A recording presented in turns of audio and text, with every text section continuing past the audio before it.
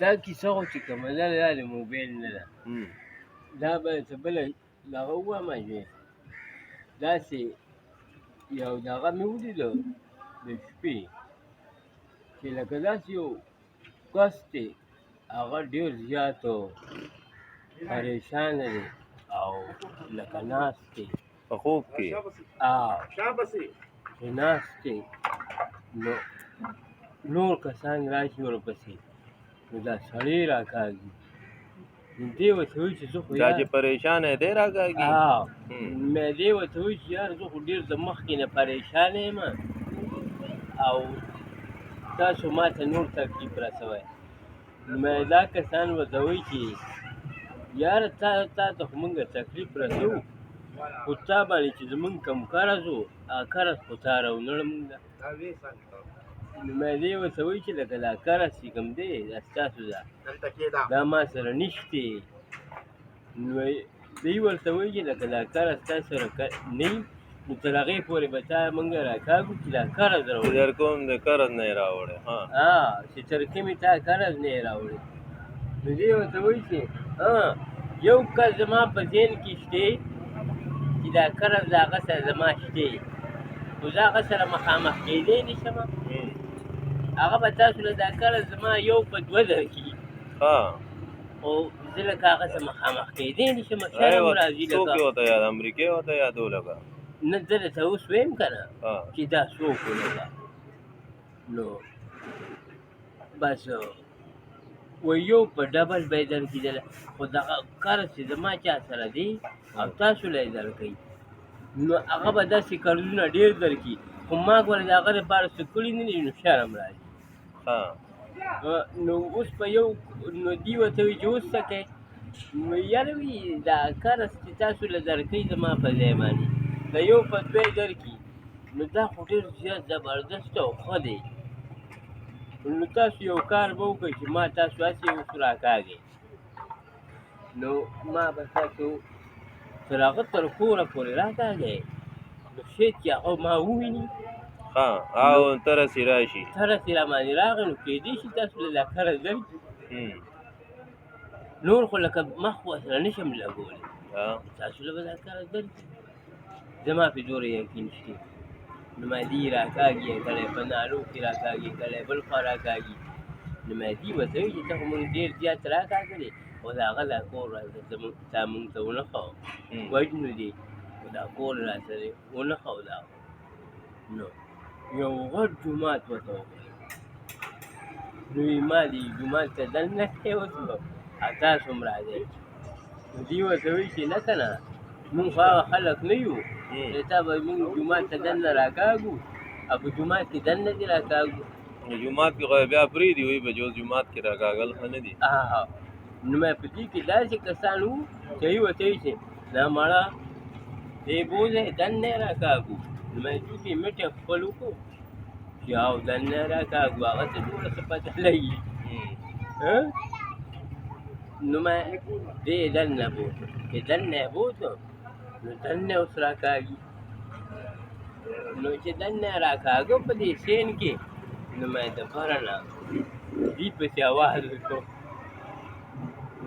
غیبي اواز وکړو او دوی پسې اواز وکړو چې دوی تاسو لکه څه کوئ تاسو خو ما بار پرېښودئ دا ما تاسو دا یو قسمه ډیل درکړو تاسو یو سړی زما تر کوره پورې راکاږئ د جوماته پورې هم راکاږو نو تاسو دا دننه راکاږئ نو دا خو تاسو ظلم کوئ لکه اوس که زه څه نه هم وایم نو هم به درته وکړو بس دوی دا سرونه پرې ځمکو کې ور دننه کړل دا سړی یې پرېښود چې سړی یې پرېښود نو هغه ورته وایي چې نه که نه اوس تاسو به ځئ چېرته لکه ده باندې ستاسو څومره قرض دی دوی وایي چې غیبي اواز ورته وایي دوی ورته ووایي چې لکه زمونږ په دې باندې یو قرض دی وایي تاسو څومره کسان راغلي وایي موږ خو څه د شمارې نه بار وایي یو کس یو قرض وړی اوسو د دې ټولو پې قرض و د یو کس ټول له ورکوو هغه ورته وایي چې د یو کس قرض دی نه د یو کس قرض خو خو دې ټولو بیا څه له راکاږو نو د هغه یو په مرسته باندې یو او یو کنه سره یو په مرګرتیا مرسته ګوره راکاږه یو سره مرګرتیا ګوره د نورو د دې یو ملګري وکړه یو خو یوازې وکړه وا د دې یوازې کس والا خو راغی نو دې ته وایي چې یو کس تاسو قرض واخلئ نو قرض چې کوم دی نو د بر نه داسې را روان دی نو یو کس ته وایي چې دا اوچتوی اوسه نو ټولو یو قرض واخیست نو چې ستاسو قرض څومره و وایي د یو کس و وایي ټولو ته میله دي ورته وایي چې او نو ده ته وایي چې یاره تا ډېر زبردست کار وکړو قرض خو یو موږ خو ټولو ته میله وکړو